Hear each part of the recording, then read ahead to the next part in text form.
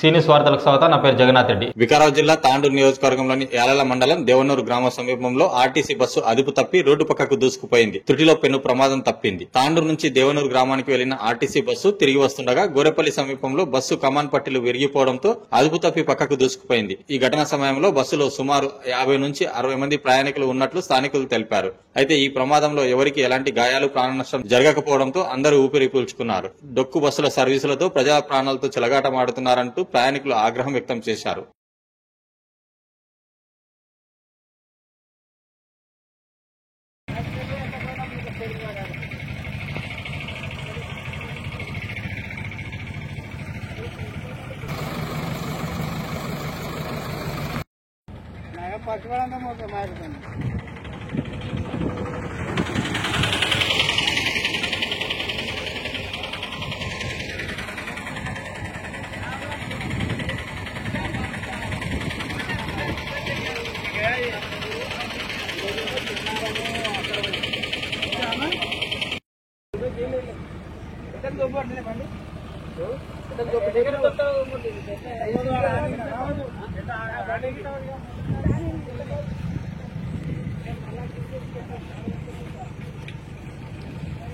నేటి వార్తలు ఇంతటితో సమాప్తం. తిరిగి వచ్చే బులెటిన్లో మళ్ళీ కలుద్దాం. అంతవరకు సెలవు. నమస్కారం.